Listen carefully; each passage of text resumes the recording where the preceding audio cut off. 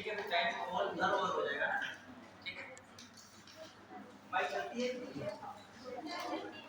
Hello hello hello hello hello hello hello hello. कुछ आवाज चलती है कि नहीं, कि ऐसे हमारी आवाज आ रही है?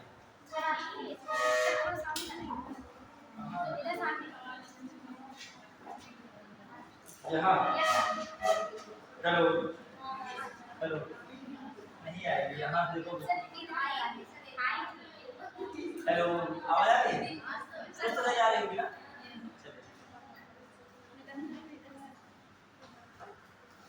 चलिए कहाँ पे स्टार्ट किया जाएगा, कवर करना है फटाफट। देखिए इसके बाद जस्ट हम लोग स्टार्ट कर देंगे उपराष्ट्रपति तुरंत प्रधानमंत्री और सभी कार्यपालिका हो जाएगी। शाम तक हम 185 क्वेश्चन की पीडीएफ बना के ग्रुप पे आपके डाल देंगे। ठीक है, आंसर की से आप घर पे ट्राई कीजिएगा, हो पाए नहीं होंगे तो कभी कोई सेशन रख दीजिएगा, संडे को रख लीजिए, किसी दिन सर से ही कह दीजिएगा।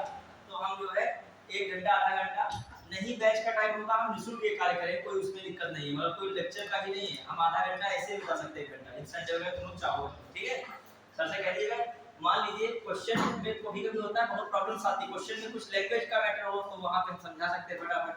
जो वैसे क्वेश्चन होंगे टेक्निकल उनको बताएंगे, सरल तो अपने आप कर ही डालोगे जो मुझे पढ़ना है। ठीक है, और टेक्निकल भी कर डालोगे, कुछ बाकी रह जाए तो देख लीजिएगा।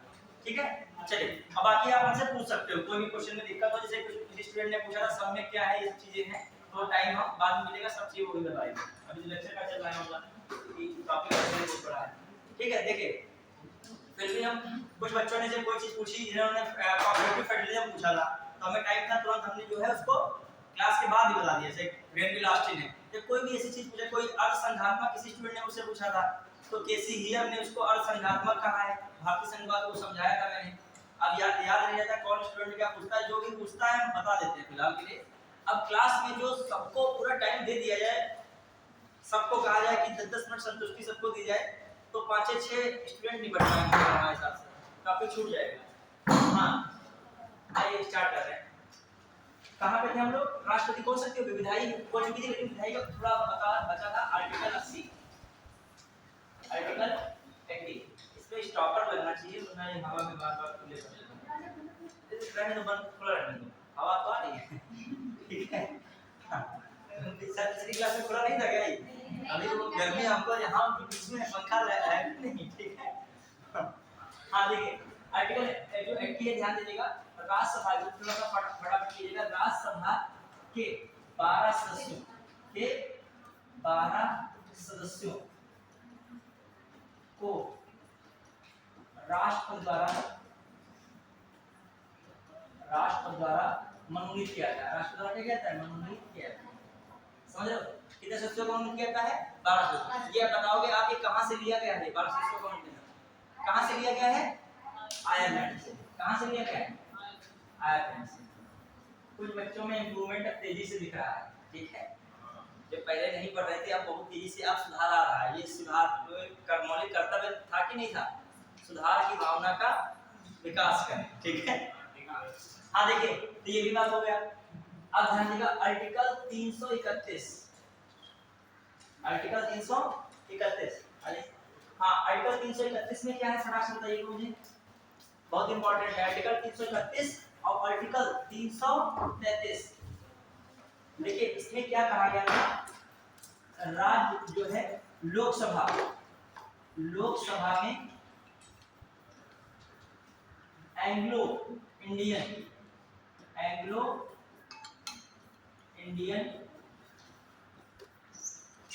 प्रतिनिधि न होने पर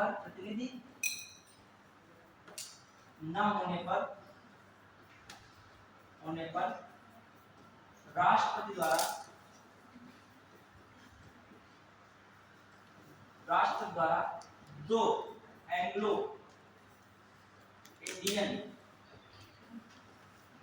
सदस्यों की नियुक्ति, सदस्यों का मनोनयन।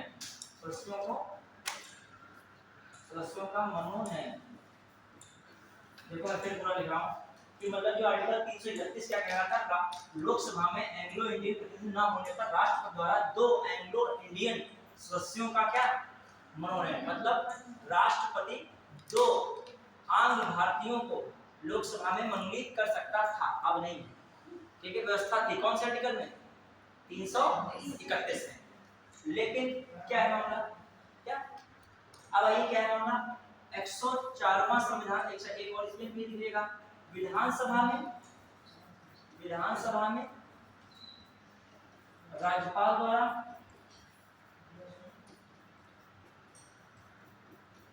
एक एंग्लो इंडियन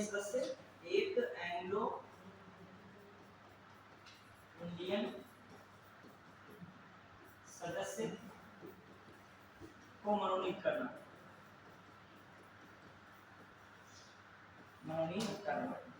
ये सब बातें की गई थी। फिर लेकिन क्या हुआ, 104वां CAA 2020 द्वारा 2 बातें की गई। एक तो इसमें क्या कर दिया गया, एंग्लो इंडियन के मनोनीत करने वाले सिस्टम को मनोनीत करना समाप्त। ये व्यवस्था क्या कर दी गई, समाप्त कर दी गई। मतलब एंग्लो इंडियन का मनोनयन करना क्या कर दिया गया, समाप्त कर दिया गया। कौन सा संविधान संशोधन 104। ठीक है, और साथ साथ जो SC और ST का जो रिजर्वेशन था लोकसभा में और विधानसभा में, उसके प्रतिनिधित्व के तौर पर 10 वर्षों के लिए उसको और बढ़ा दिया गया, मतलब 2030 तक बढ़ा दिया गया। कितने तक बढ़ा दिया गया? ये भी कौन संविधान संशोधन हो रहा, 104वें संविधान संशोधन 2020 द्वारा। समझ पाए कि नहीं, ये भी ध्यान रखिएगा। SC ST के लिए लोकसभा तथा विधानसभा में सीटों के आरक्षण को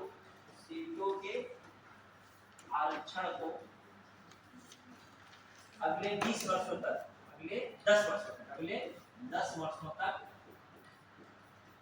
बढ़ा दिया गया। अगले 10 वर्षों तक क्या किया गया, समझता बात को? मतलब ये दिमाग में क्वेश्चन आ सकता है। तो 2020 में हुआ, एक पहली बात एंग्लो इंडियन वाला क्या किस्सा कर दिया गया, खत्म कर दिया गया। लेकिन जो लोकसभा और विधानसभा में रिजर्वेशन है SC ST को है, OBC माइनॉरिटी को नहीं, दिमाग महिला को अब हुआ है। महिला को जो कौन सा नारी शक्ति बंधन अधिनियम के तहत 33% महिलाओं को लोकसभा में और विधानसभा में क्या मिलेगा, रिजर्वेशन मिलेगा। समझ रहे हैं कि नहीं? तो कितने तक बढ़ा दिया, 10 वर्षों तक, कब तक बढ़ा जाएगा, 2030 तक। चलिए, तो ये दिमाग में रखिएगा। तो ये सब विधायी पावर थी, विधायी पावर में हमने बताया। अब आ जाइए अगला मैटर क्या है, ये तो हमने बता दिया, क्लियर। अब एक दो चीजें और देखिएगा, हालांकि इसको कार्यपालिका वाले में भी लिख सकते हो, विधायी में भी लिख सकते हो। देखिए क्या होता है, जैसे SC कमीशन की रिपोर्ट, ST कमीशन की रिपोर्ट की वार्षिक रिपोर्ट खासकर होती है। सब कैसे होती है रिपोर्ट, वार्षिक रिपोर्ट, ठीक है। OBC कमीशन की रिपोर्ट की वार्षिक रिपोर्ट को राष्ट्रपति क्या करता है, और भी माइनॉरिटी कमीशन की जो है वार्षिक रिपोर्ट, ठीक है। वित्त आयोग की रिपोर्ट होती है, मतलब वित्त आयोग का जो सामने आता है वित्त आयोग क्या क्या है, क्या क्या नहीं है। साथ साथ जो है अगर भी बहुत सारी जो रिपोर्ट वगैरह आती है वो सभी राष्ट्रपति क्या करता है, राष्ट्रपति इन रिपोर्ट को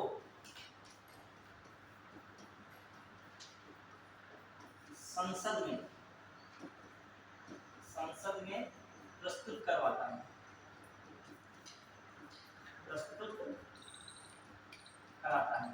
करवाता है,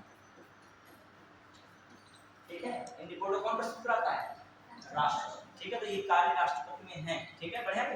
तो ये सारी बातें हमने किसमें, हम लोग किसमें देख रहे थे, विधायी में क्या देखे हम लोग, सत्र को देखे, एक क्या देखे, मनोनीत वाले सिस्टम को देखे, एक क्या देखे जो मनोनयन वाला समाप्त कर दिया उसको देख लिए, और एक जो रिपोर्ट वगैरह है इनको कौन संसद में प्रस्तुत करवाता है, राष्ट्रपति। जो भी कमीशन की रिपोर्ट होती है, वार्षिक रिपोर्ट होती है, उनको प्रस्तुत और वहीं से डाटा ले लिया जाता है, ये हो रहा है, वो हो रहा है, करंट अफेयर में भी छाप दिया जाता है। ठीक है, क्लियर? वरना विभाग ही जानेगा। अब संसद में है तो पब्लिक जानेगी, क्योंकि संसद में क्या है, जनप्रतिनिधि बैठे हुए हैं। क्लियर? फिर आ जाइए, अगला मामला क्या है। अब आइए, विधायी भी हो गया लगभग। अब कौन सा आपका मामला है? अच्छा, विधायी में विधेयक वगैरह है, विधेयक है, धन विधेयक है, साधारण विधेयक होते हैं, लेकिन ये सब बात में चर्चा चलेगी। ये विधेयक वगैरह एक टॉपिक पे आएगा, उसको चर्चा करेंगे। क्लियर? ये विधायिका अभी आएगी संघ की, उसमें इसकी चर्चा हो जाएगी अच्छे से।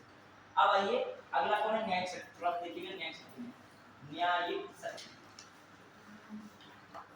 देखिए, वैसे तो न्यायिक शक्ति पढ़ाने का आधा एक घंटा टॉपिक है, लेकिन आपका टाइम कम है, थोड़ा सा संक्षेप में पढ़ाएंगे, लेकिन छोड़ेंगे कुछ भी नहीं। ठीक है, देखिए न्यायिक शक्ति क्या है। राष्ट्रपति को न्यायिक शक्ति की सर्टिफिकेट कितनी मिली है?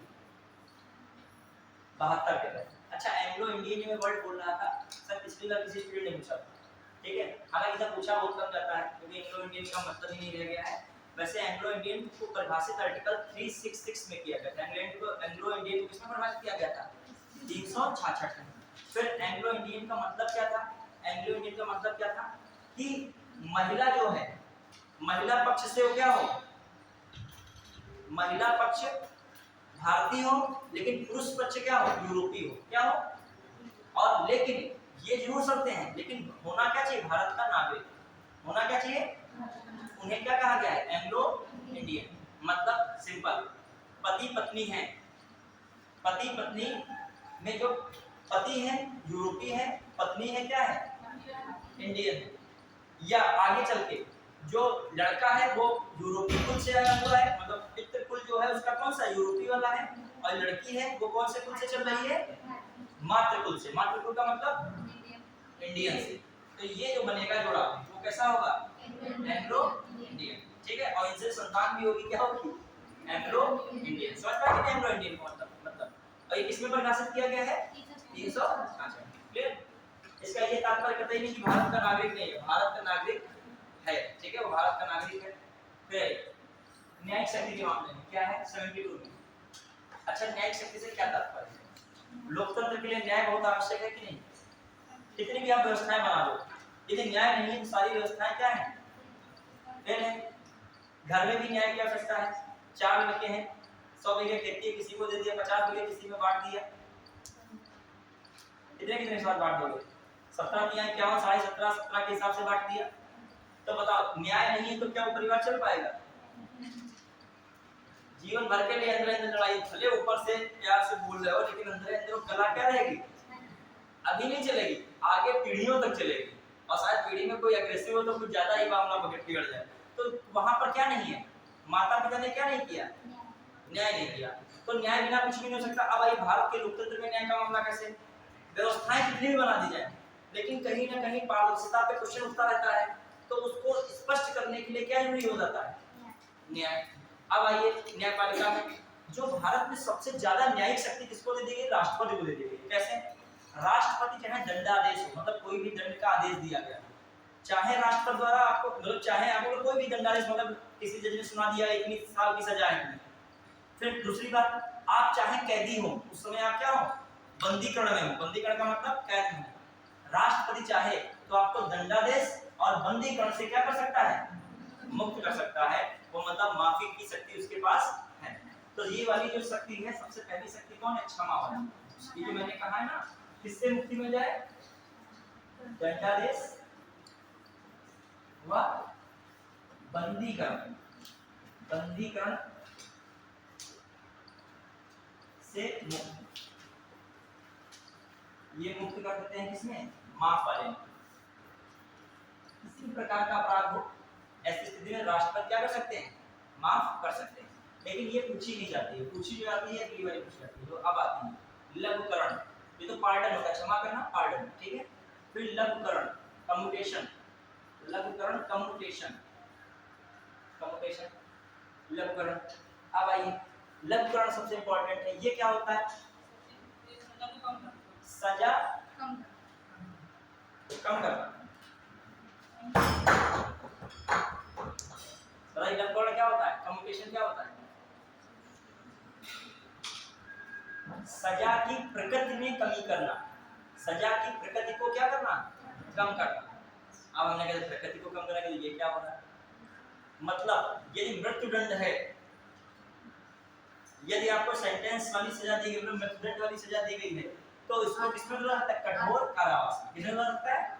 कठोर कारावास। यदि कठोर कारावास है तो इसे किसमें बदल सकता है? साधारण कारावास में। ये क्या होता है? मृत्युदंड की सजा की प्रकृति को कम करना या बदलना। सजा की प्रकृति को क्या करना? बदलना। लिख लीजिए इसको, सजा की प्रकृति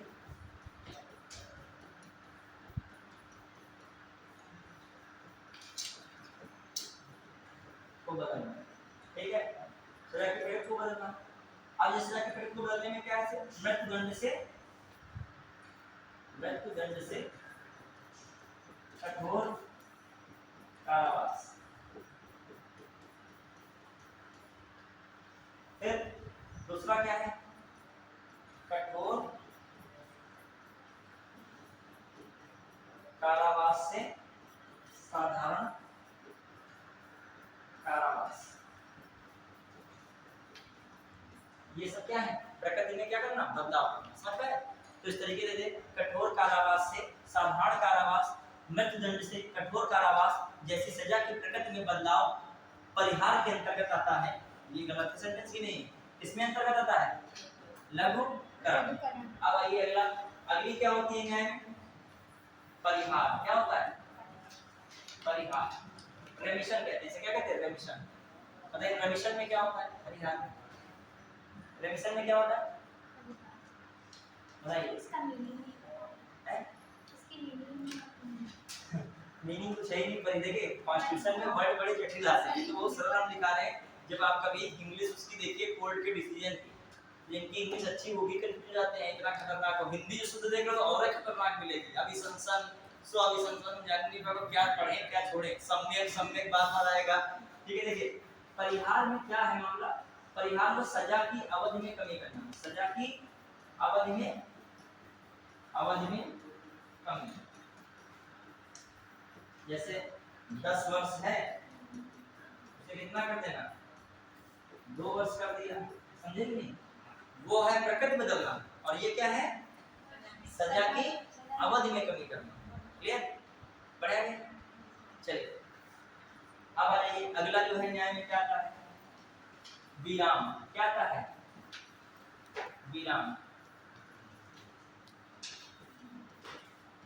सजा में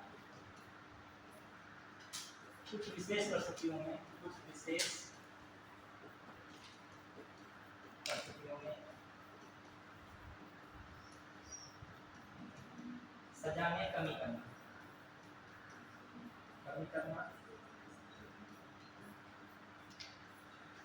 या जो है विराम देना। ठीक है, थोड़ा आराम देना। अब समझिए कैसे विराम आराम क्या समझिए, लेकिन वर्ड ये यूज किया जाएगा। क्या है? विराम, रेस्पाइट। अब देखिए क्या है विराम में, ध्यान दीजिएगा। जैसे विराम किसको दिया सकता है? कोई जेल में बंद है कहीं और उसके कोरोना वायरस हो गया मान लीजिए, तो हॉस्पिटल में एडमिट कराया जाएगा कि नहीं? हॉस्पिटल में जब एडमिट हो जाएगा, बिल्कुल ठीक हो जाएगा, डॉक्टर कह देंगे कि स्वस्थ है पूरी तरीके से, फिर कहाँ रवाना हो जाएगा? जेल में हो जाएगा। ठीक है, तो ये बात होती है। मान लीजिए किसी लेडीज ने अपराध किया है और वो प्रेगनेंसी के दौरान है, बाद में क्या होती है? प्रेग्नेंट होती है लेडी को, तो ऐसी स्थिति में सबसे पहले क्या कराया जाएगा? उसको चिकित्सा के लिए भेजा जाएगा। वहाँ हॉस्पिटल में उसके प्रकार की कोई भी उसकी दिक्कतें नहीं होंगी इस मामले संबंधित। जब वो सब सही हो जाएगा, जब देखा जाएगा बच्चा भी स्वस्थ है, माता भी स्वस्थ है, फिर उसके कहाँ सप्लाई नहीं कर दिया जाएगा? लेकिन अपराध तो उन्होंने किया है, पति को मार के आई है, किसको मार के आई है, लेकिन मारा तो किसी को है, तो सजा तो उनको भोगनी पड़ेगी। सजा भोगने के लिए उसमें जिंदा रखा जा रहा है, तो हमको जिंदा नहीं रखा जा रहा है। किसके लिए? ये जो न्यायपालिका ने कहा है 10 वर्ष, तो 10 वर्ष तुमको जियाया जाएगा। समझ रहे हो कि नहीं? हर हालत में तुम बीमार हो जाओगे, तुमको दवाई दी जाएगी, सब कुछ किया जाएगा। अब आई दूसरी स्थिति क्या हो सकती है? दिव्यांग। दिव्यांग मान लीजिए आप हैं और आपने सजा अपराध बहुत बड़े स्तर का डाला है, लेकिन है आप क्या? दिव्यांग। तो आपसे सबको 100 ईंटें उठाने, जेल में नियम होता है, जितनी भी बढ़िया जेल हो, एक नियम होता है, कुछ घंटे काम करना ही करना होता है। सुना है कहीं कहीं भले, अब ये हम नाम नहीं पर्टिकुलर किसी जेल का लेंगे, ठीक है, बहुत सारी चीजें इसमें थोड़ा सा सुविधा मिल सकती है, लेकिन कुछ जेल ऐसी होती है सरकार की मेन दृष्टि में जेल होती है। लखनऊ में कोई मेन जेल होगी, इलाहाबाद की मेन जेल होगी, तो वहां पर जितने भी रईस हो तो आपको 2 घंटा 3 घंटा क्या करना पड़ेगा, कार्य करना ही पड़ेगा। मान लीजिए घास छिलवा रहे हैं, सब्जी कटवा रहे हैं, जो भी हो सकता है, बहुत सारे कार्य होते हैं, ठीक है। यदि आप कार्य कर रहे हो और कोई दिव्यांग साथी है उसमें, तो आप कह रहे हो उसको भी ईंटा उठाए, वो दिव्यांग का ईंटा लेके ही गिर पड़ेगा, तो ऐसी स्थिति में भी उसकी सजा में वहां क्या हो जाएगी, कमी हो जाएगी। तो दिव्यांगों को ये वहां पर क्या मिल सकती है, छूट इस प्रकार की है। तो ये बात कौन कह रहा है, विराम। ठीक, लिखना चाहिए, लिख लीजिएगा, ये ऑप्शन 3% में छूट है गर्भावस्था वाले मैटर में, ठीक है। बीमारी त्याग, और एक और मैटर जो बता रहे कौन सा बताया था, दिव्यांग, ठीक है। ऐसी परिस्थितियों में क्या सजा में कमी आती है। आप मतलब हट्टे कट्टे हैं फिर कह रहे हो ये सब तो नहीं माना जाएगा, ठीक है।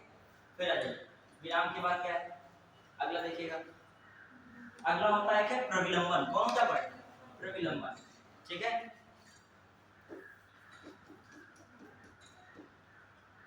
प्रविलंबन, ठीक है। रेप्राइल, क्या कहते हैं, रेप्राइल। हाँ, प्रविलंबन में रेप्राइल, इसमें क्या होता है प्रविलंबन में, ये भी पूछा चुका है। एक क्वेश्चन आया था कि राष्ट्रपति को क्षमा की शक्तियां कितनी है, तो वहां 1 2 3 4 5 6 7 8 ऐसे लिख दिया था, और उसमें कहा 1 2 3 4 5 1 2 3 4, तो उसमें बस ये देखना था, ये आपको जिसको ये वर्ड पता होता, क्षमा पता होता, लवकरण पता होता, विराम पता होता, प्रविलंबन बस 4 को करके टिक छोड़ता, बाकी को उसमें और लिखा था पता नहीं क्या क्या आराम है, पता नहीं क्या क्या लिख दिया था। तो जो जानता होगा वो जान जाएगा, इतने ही वर्ड हमने पढ़ाए थे, इतना ही हमने पढ़ा था, तो क्या होगा वो टिक मार देगा ऑप्शन। ये क्वेश्चन मिलेगा जब ये भेजेंगे सीट आते तो इसमें मिलेंगे सब क्वेश्चन।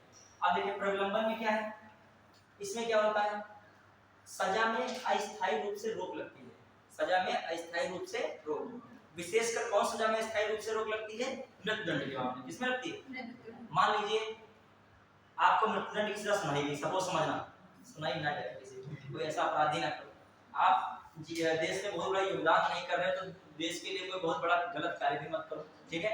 अब देखिए मान लीजिए किसी व्यक्ति को मृत्युदंड की सजा सुनाई गई, और मृत्युदंड के लिए माफी किससे मांग सकता है, राष्ट्रपति से, और राष्ट्रपति बेल्जियम के लिए रवाना हो चुके हैं।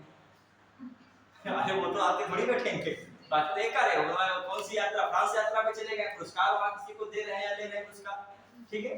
अब ऐसी स्थिति में क्या होगा, तो आपके लिए कौन सा उपाय है, प्रविलंबन, मतलब आपके मृत्युदंड के मामले में अस्थायी रोक लग जाएगी जब राष्ट्रपति आए। तो अब ये ना कहना कार्यवाहक राष्ट्रपति, कार्यवाहक राष्ट्रपति ऐसी स्थिति थोड़ी बनाया जाता है कि वो 2 दिन के लिए रात यात्रा पर गए हैं, उतने दिन में सारे कार्य हो जाएंगे क्या। तो जब वो राष्ट्रपति आए तो आपका क्षमा याचना करने की एक क्या दी जाएगी, आपको अवसर दिया जाएगा। तो क्षमा याचना करने का अवसर मिलता है खासकर किसके तहत, प्रविलंबन के तहत। समझ पाए कि नहीं। क्वेश्चन आता है मृत्युदंड के मामले में अस्थायी रोक राष्ट्रपति कौन सी न्यायिक शक्ति के अंतर्गत आता है, इसमें आएगा प्रविलंबन। देसी तरीका में बता दिया क्या कि यदि मृत्युदंड का मामला है और राष्ट्रपति नहीं यहाँ पर है तो क्या होगा, खासकर जब राष्ट्रपति आएंगे तो आपको एक बार अवसर उनसे याचना का मिलेगा, ठीक है। चलिए तो इसको लिख लेगा, मृत्युदंड के मामले में खासकर सजा में विशेषकर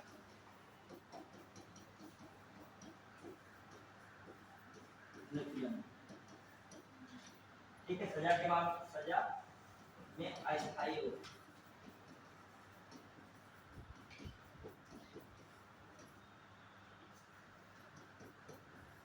राष्ट्रपति से क्षमा याचना का अवसर इसके तहत मिल जाता है, ठीक है।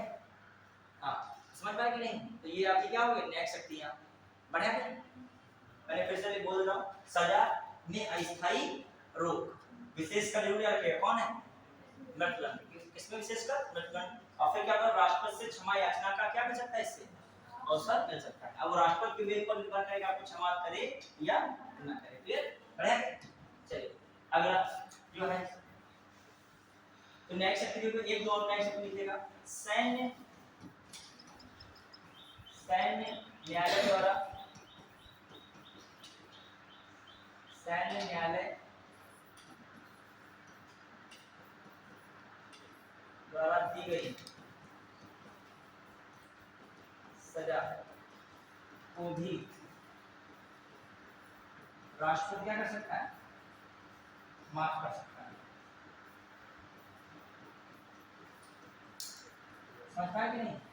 मतलब सैन्य मामले में भी जो भी सजा होगी उसमें भी राष्ट्रपति माफ कर सकता है, राज्यपाल के पास ये पावर नहीं। क्लियर? फिर और क्या बात होती है, सुप्रीम कोर्ट एंड क्या हाई कोर्ट के सभी न्यायाधीशों की नियुक्ति, सुप्रीम कोर्ट और की नियुक्ति ये कौन करता है बताइए? राष्ट्रपति। भी तो न्यायालय से संबंधित हो गया बेटा, तो सुप्रीम कोर्ट हाई कोर्ट के सभी न्यायाधीशों की नियुक्ति कौन करेगा? राष्ट्रपति। बढ़िया है। तो ये न्यायपालिका संबंधित क्या है शक्ति। अब मेन आ जाए कि राष्ट्रपति की शक्तियां पहचानो तो बता दोगे कि नहीं? एक डायग्राम की जल्द से, और हर उसमें पॉइंट भी तुमको 4-5 पॉइंट पता होने चाहिए। न्याय शक्ति है तो न्याय शक्ति में सारे पॉइंट आपने बता दिए। एक पहला क्षमा वाला बता दिया 72 वाला, फिर क्या बता दिया? न्यायालय सैन्य न्यायालय वाला बता दिया, फिर क्या बता दिया कि सुप्रीम कोर्ट, मैं बोल रहा हूं सुप्रीम कोर्ट है, एससी का मतलब सुप्रीम कोर्ट, एससी का मतलब एससी का और एक्ससी का मतलब हाई कोर्ट के सभी न्यायाधीशों की नियुक्ति कौन करता है? तो ये किससे संबंधित शक्तियां हो गई? न्यायिक शक्तियां। अब ये वित्तीय शक्तियां भी लिखेगा, वित्तीय शक्तियां, ठीक है।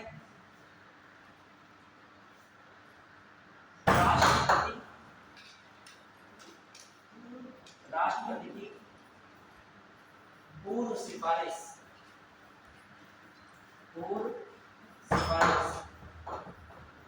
के उपरांत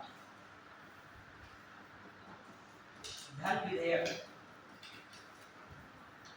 विधेयक लोकसभा में प्रस्तुत होता है, लोकसभा में प्रस्तुत होता है।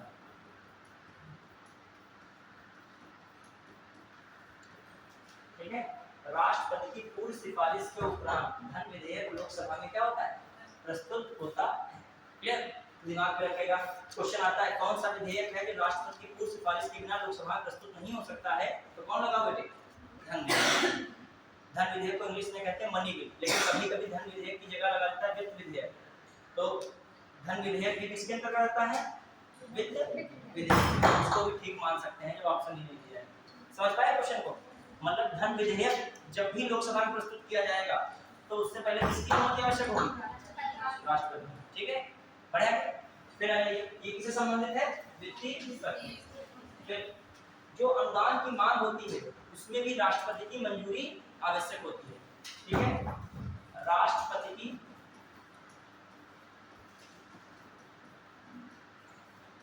सिफारिश या अनुमति के बाद ये अनुदानों की मांग की जा सकती है। अनुदानों की मांग, जब बजट आएगा तो उसमें ये सब आएगा। अनुदानों की मांग, बहुत सारे अनुदान मांगे जाते हैं, उसमें भी किसकी मंजूरी आवश्यक होती है? राष्ट्रपति। ये क्या पावर है? राष्ट्रपति कौन सी पावर है? फाइनेंशियल पावर है। ठीक है, फिर आगे आइए, राष्ट्रपति क्या कर सकता है?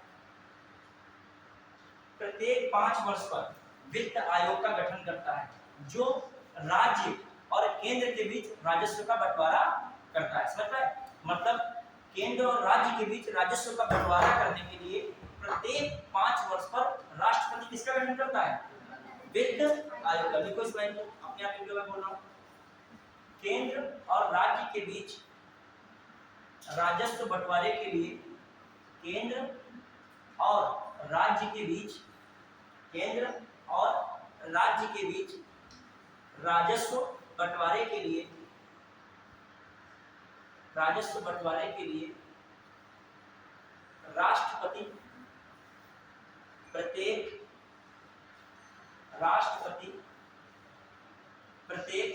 5 वर्ष पर वित्त आयोग का गठन करता है। वित्त आयोग का गठन करता है, छूटा तो नहीं किसी का? वित्त आयोग का गठन करता है। ब्रैकेट में लिखिएगा 280, आर्टिकल 280। वित्त आयोग किसमें आता है? आर्टिकल 280। क्लियर? लिख पाए कि नहीं? इसके अध्यक्ष एवं सदस्यों की भी नियुक्ति राष्ट्रपति करता है। इसके अध्यक्ष एवं सदस्यों की नियुक्ति भी राष्ट्रपति करता है। इसके अध्यक्ष एवं सदस्यों की नियुक्ति भी राष्ट्रपति करता है। इसे किसके अंतर्गत लिखना है? पावर्स में, वित्तीय शक्ति में। जल्दी से लिखिएगा, ब्रैकेट के अंदर लिखिएगा। हाँ, ये लिखा कि नहीं?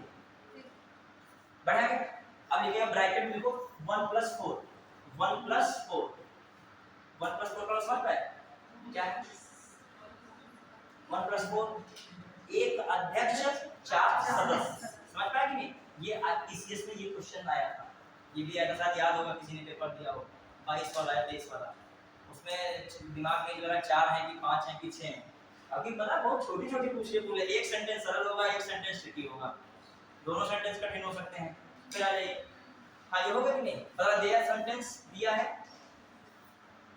राष्ट्रपति केंद्र और राज्य के बीच राजस्व बंटवारे हेतु प्रत्येक 5 वर्ष पर एक वित्त आयोग का गठन करता है फिर अगला स्टेटमेंट दिया वित्त आयोग एक सांविधिक संस्था है स्टेचुरी बॉडी है अब बताइए केवल एक सही केवल दो सही एक और दोनों सही ना तो एक ना तो दो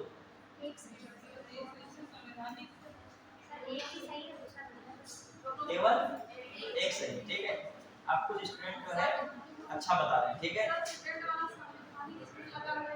सब देखो एक होता है पढ़ाई के संशोधन जब एक टॉपिक आएगा संविधान में संशोधन या कितने प्रकार के अमेंडमेंट होते हैं उसमें आता है देखिए तीन चीजें होती हैं ज्यादातर इसमें क्वेश्चन ज्यादातर आता रहता है कहीं सांविधिक आएगा कहीं आएगा वो एक चीज बताइए सांविधिक और वैधानिक की बात है सांविधिक और वैधानिक की बात कार्यकारी एक अलग बात है और एक आता है अब कौन सा संवैधानिक देखो एक वर्ड है संवैधानिक एक वर्ड है सांविधिक या वैधानिक और तीसरा वर्ड है कौन कार्यकारी अब समझिए जिस भी आयोग को या जो भी तथ्य है उसको कोई ना कोई संविधान का आर्टिकल मिल गया है पहले से या फिर संविधान संशोधन द्वारा उसको जोड़ दिया गया है संविधान में वो क्या होता है संवैधानिक है वो क्या है संवैधानिक जिसे किसी एक्ट के तहत बनाया गया है वो क्या है सांविधिक या वैधानिक मतलब कोई अधिनियम से बना जैसे सूचना अधिकार अधिनियम 2005 है सूचना आयोग बना सूचना आयोग कैसा अधिनियम है कैसा आयोग है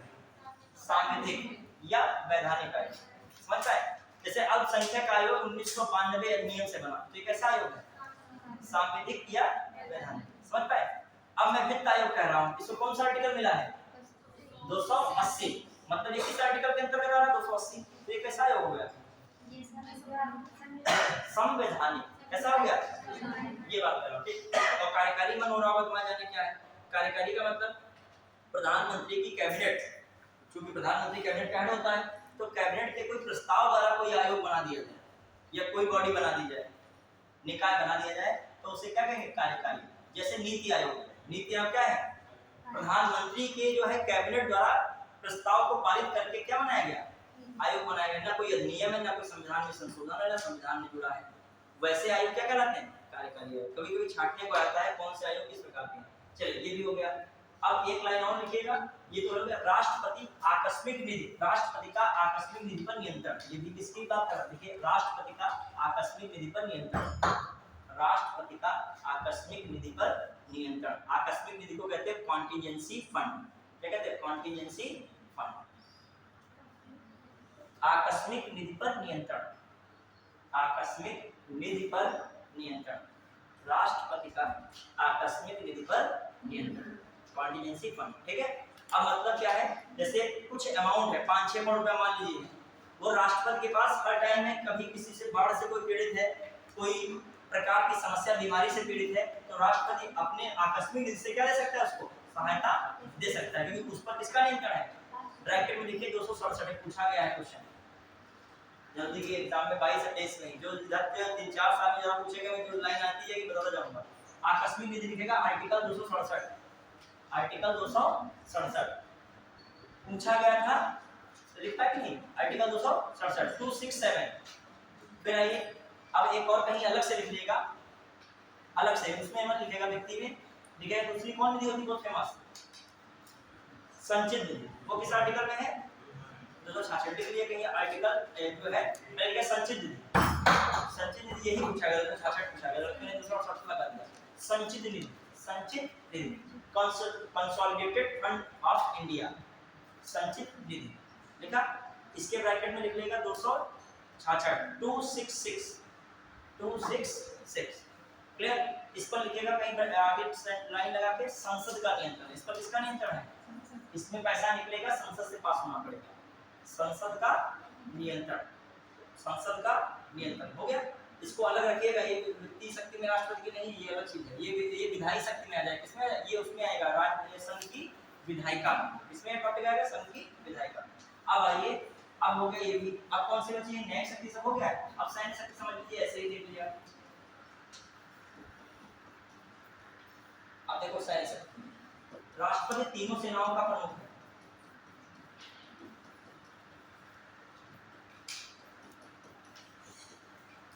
सर्वोच्च कमांडर लिखा है, सर्वोच्च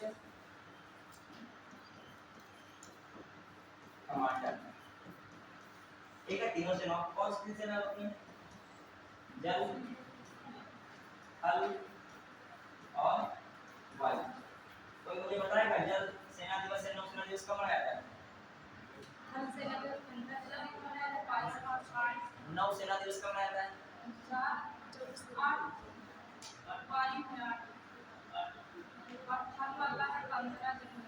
जल वाला बताइए।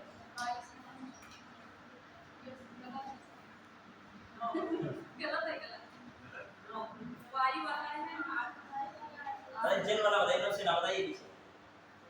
जल सेना दिवस कब मनाया जाता है? नौसेना दिवस।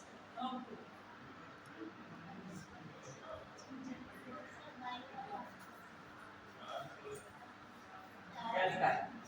4 दिसंबर। कब मनाया जाता है? 4 दिसंबर। ये थल सेना दिवस कब मनाया जाता है? कब मनाया जाता है? 15 जनवरी। कौन सा जनवरी?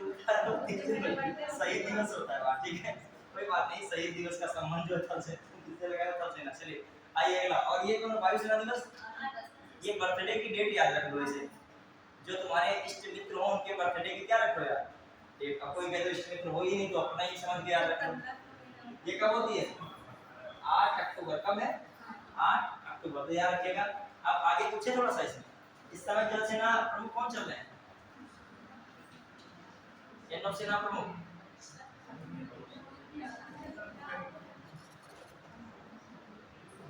और थल सेना प्रमुख कौन चल रहे हैं? और वायुसेना प्रमुख कौन चल रहे हैं? मतलब जो है कसम खाएगा उनको पूछे ना, करंट बिल्कुल बोल के बैठे हो क्या? बताइए नौसेना, अभी ये सब नए बदले हैं।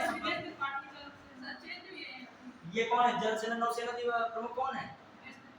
दिनेश कुमार त्रिपाठी है, सर दिनेश त्रिपाठी है, दिनेश कुमार त्रिपाठी, दिनेश त्रिपाठी याद रखिए, दिनेश कुमार त्रिपाठी, डीके त्रिपाठी लिखा है। हाँ, अब ये थल वाले कौन है? उपेंद्र द्विवेदी हैं। और ये कौन है वायु वाले?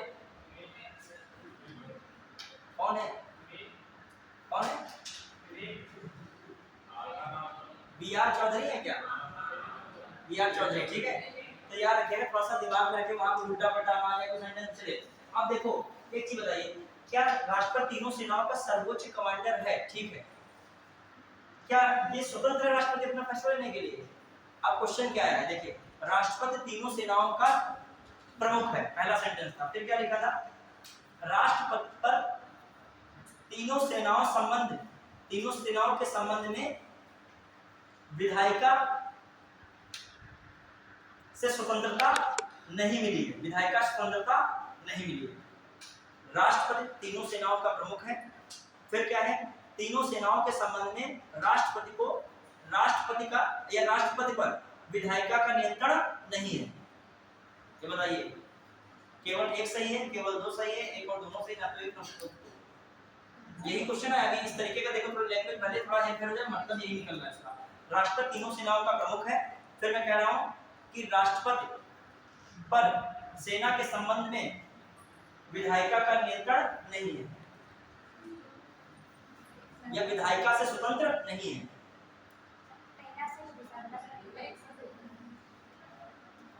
बताइए, समझ नहीं पाए इस बात को?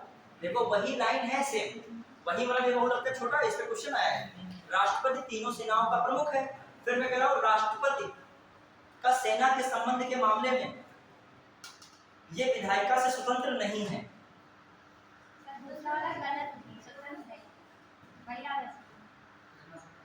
दोनों सही है। क्यों? विधायिका से स्वतंत्र नहीं है, विधायिका से स्वतंत्र नहीं है। तो विधायिका स्वतंत्र कहाँ है? राष्ट्रपति। यदि राष्ट्रपति विधायिका से स्वतंत्र हो जाए तो सर्वे सर्वा देश का कौन बन जाएगा? तीनों सेना किसके कंट्रोल में आ जाएंगी? राष्ट्रपति। नहीं समझे? वो तो सेना वाला शासन लगा सकता है। तो नहीं समझ में हमारी बात को कि राष्ट्रपति पर हर जगह लगभग विधायिका का क्या रहता है? नियंत्रण रहता है। कार्यपालिका का नियंत्रण, विधायिका का नियंत्रण रहता ही रहता है। तो विधायिका स्वतंत्र कहाँ है? तो उसमें क्या कह, विधायिका से स्वतंत्र नहीं है। तो ये बात बिल्कुल क्या है? सही है। नहीं समझ पाएंगे? देखिए ये कला विकसित कीजिए, ये लाइन लिखी थी हमने, क्वेश्चन बना दिया, आपको फंस गए। अब ये कह दें कि जो है वगैरह ये क्या पढ़ा रहे हो? तो हम जो है 1 मिनट में तो बचपन से पढ़ते आ रहे हैं, 3 सेनाओं का प्रमुख राष्ट्रपति होता है, जल होती है, ये पूछे ही नहीं रहा है। तो हमने पूछा ये भी है, हमने दे दिया ना आपकी खुशी के लिए पहला सेंटेंस। क्या दिया? राष्ट्रपति तीनों सेनाओं का प्रमुख होता है। तुरंत खुश हो गए, इतनी ज्यादा खुशी आ गई कि अगले सेंटेंस में खुशी अपनी पूरी नहीं कर पा रहे हो। तो उसमें अगले सेंटेंस में क्या दिया? विधायिका से स्वतंत्र नहीं है राष्ट्रपति, सेना के मामले में विधायिका स्वतंत्र नहीं है। अच्छा एक चीज बताओ, युद्ध की घोषणा करनी होगी राष्ट्रपति को, अपने आप फौरन कर देगा राष्ट्रपति? फिर युद्ध विराम, फिर जाओ 4 मिसाइलें छोड़ दी। जो स्वतंत्र हो राष्ट्रपति विधायिका से, तो क्या हो? राष्ट्रपति सारी चीजें क्या करे? अपने आप करें। तो इसलिए स्वतंत्र नहीं है। ये भी बात बिल्कुल क्या है? सही। जब आपका दृष्टिकोण इतना व्यापक होगा तभी क्वेश्चन ऐसे सही होंगे। और इसकी एकदम नहीं आती, धीरे धीरे धीरे डेवलप होगा। ठीक है, बुद्धि का विकास एकदम नहीं हो जाता है, कोई बटन जो है कर दिया डायल एकदम हमारी बुद्धि बदल गई। ठीक है, धीरे धीरे होगा। आइएगा। हाँ, अब आप ये हो गया आपका, ये भी हो गया। कूटनीति में कोई मतलब नहीं, राजदूत को ये भेजना है, यहाँ आना है, तो उसमें किसकी स्वीकृति या अनुमति लगती है? किसकी लगती है? राष्ट्रपति की। तो नॉर्मल चीजें हैं, इसमें कोई बता नहीं। एग्रीमेंट वगैरह होते हैं तो उसमें भी राष्ट्रपति के नाम से होती है। जितने भी समझौता संधियां होती है किसके नाम से होती है? राष्ट्रपति के नाम से। क्लियर? अब आइए थोड़ा एक और चीज देख लिए, बस इसमें वीटो पावर। कौन सा देख लिए? Veto power. अब आपसे कोई कहते हैं राष्ट्रपति आधा घंटे में पढ़ा दोगे या पढ़ दोगे? संभव है? बताओ। अभी तो हम बहुत अंदर तक नहीं गए थे। जो राष्ट्रपति की विधायिका शक्ति को 2-2 घंटे पढ़ाया जाता है तीसरे वगैरह में। आइए वीटो पावर बताइए, वीटो पावर किसमें है? किस आर्टिकल में? इसमें 111। क्लियर? अब बताइए वीटो पावर का मतलब क्या है? वीटो एक लैटिन भाषा का शब्द है, वीटो।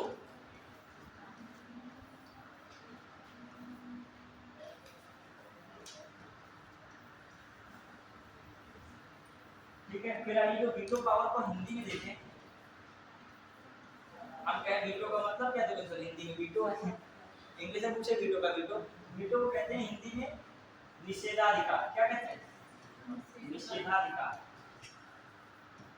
मतलब तुरंत मिजाज करने का अधिकार। खाना आपके सामने आया है तो क्या करोगे खाने में?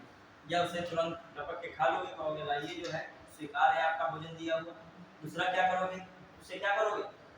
क्या कर सकते हो? अस्वीकार कर सकते हो, हम नहीं खाना खाएंगे। तीसरा काम क्या कर सकते हो? जाओ खाने में थोड़ा सा सलाद वलाद जो है नींबू वगैरह सब बढ़ा के लाओ दोबारा। समझ लो? तो 3 काम हुए। एक क्या हुआ? स्वीकार करना। एक क्या हुआ? अस्वीकार करना। और एक क्या हुआ? पुनर्विचार के लिए उसे वापस भेजना। ठीक है, क्लियर? तो 3। और चौथी बात क्या हो सकती है कि जब पुनर्विचार के बाद वो आए, जब वो खाली दोबारा आ जाए जो तुम चाह रहे थे, और उसके बाद नहीं खाओगे तो दूसरे हाथ में उंगली का डंडा भी होगा। ठीक है, मतलब आप बाध्यकारी हो, बैठ के जो खाना है क्या करना पड़ेगा? खाना पड़ेगा। तो निषेधाधिकार में यही 3 चीजें रहती है। क्या रहती है राष्ट्रपति के पास? कोई विधेयक आएगा उसे क्या कर सकता है? स्वीकार कर सकता है। उस विधेयक को क्या कर सकता है? अस्वीकार कर सकता है। और उस विधेयक को पुनर्विचार के लिए क्या कर सकता है? वापस भेज सकता है। लेकिन दोबारा आने पर उसे क्या करेगा? स्वीकार करना बाध्यकारी है। तो इसमें समझिएगा निषेधाधिकार में कि कोई विधेयक है, कोई विधेयक के समान है। पहला क्या है? स्वीकार करना, अस्वीकार करना, और क्या है? पुनर्विचार। पुनर्विचार हेतु वापस करना। और फिर चौथी कंडीशन में क्या होगा जानते ही हो? ना पारित होने के उपरांत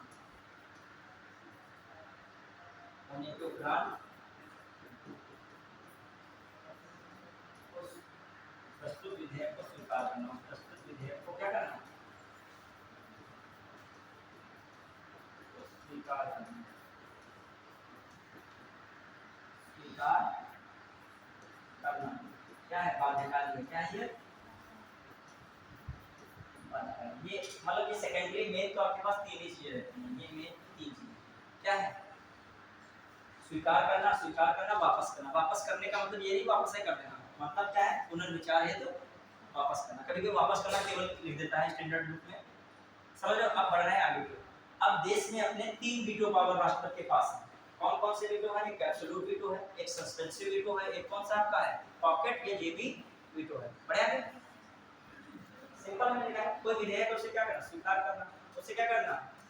फॉरवर्ड कर देना, बंद मनाही कर देना, एक्सेप्ट कर लेना।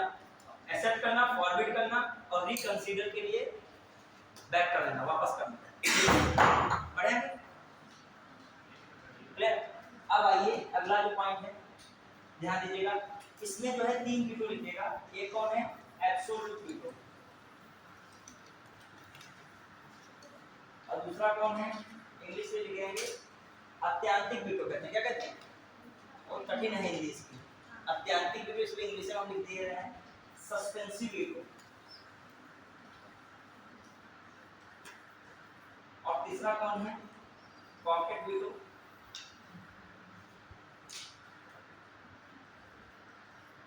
एब्सोल्यूट वीटो क्या होता है? अत्यांतिक वीटो। अत्यांतिक वीटो। और ये कौन है? निलंबनकारी वीटो। निलंबनकारी वीटो। और ये कौन है? जेबी वीटो या पॉकेट वीटो। Pocket veto. देखो मोटा मोटा समझ लीजिए किसमें क्या जरूरत पड़ती है। क्लास में इसको डीप में बताएंगे, कभी भी टाइम और होगा तो और डीप में बताएंगे। अभी नहीं, आपको इसी क्लास में उपराष्ट्रपति और प्रधानमंत्री को भी खत्म करना है, ठीक है, समाप्त करना है टॉपिक। आइए देखिए क्या मामला है। एब्सोल्यूट वीटो, अत्यांतिक वीटो, सस्पेंसिव वीटो। इसमें क्या होता है? पहले वाली कंडीशन में कोई विधेयक आएगा, आप सीधे सीधे उस विधेयक के लिए क्या कर सकते हो? मना कर सकते हो। क्या कर सकते हो? सीधे इसमें क्या कर सकते हो? सदन से पारित, दोनों सदन से पारित विधेयक को क्या कर सकते हो? इसमें मना कर सकते हो, ठीक है। डिनाई, खंडन कर सकते हो, मना कर दिया, हम नहीं स्वीकार ही नहीं करेंगे, बात ही खत्म हो गई। इसमें क्या है? पुनर्विचार के लिए वापस करना। किसके लिए करना? पुनर्विचार के लिए क्या करना? वापस करना। किसके लिए वापस करना? पुनर्विचार के लिए। फिर आ जाइए पॉकेट वीटो में क्या करोगे? पॉकेट वीटो इसमें क्या है? न स्वीकार करना, न स्वीकार करना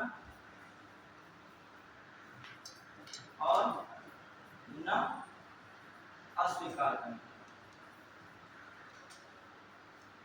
न स्वीकार करना, न अस्वीकार करना। क्लियर? मतलब आप पेंडिंग डाल दिए हो, कुछ बता ही नहीं रहे, ठीक है। माने चाय आपके पास आई है, ना मना कर रहे हो चाय पीने को और ना ही कह रहे हो चाय पिए, और चाय ठंडी हो गई है, कोई मतलब नहीं चाय का, ठीक है। वो मतलब मामला ही क्लियर नहीं हो रहा है, ठीक है। तो ऐसी स्थिति में पॉकेट मतलब जेब में डाल दिया, कोई भी मतलब ही नहीं उसका। क्लियर? अब देखो इसके अंतर्गत क्या होता है, इस वीडियो को क्यों बनाया गया था समझना। पहले मैं वीडियो बनाया क्यों गया, थोड़ा सा इसको डायनेमिक तरीके से समझें।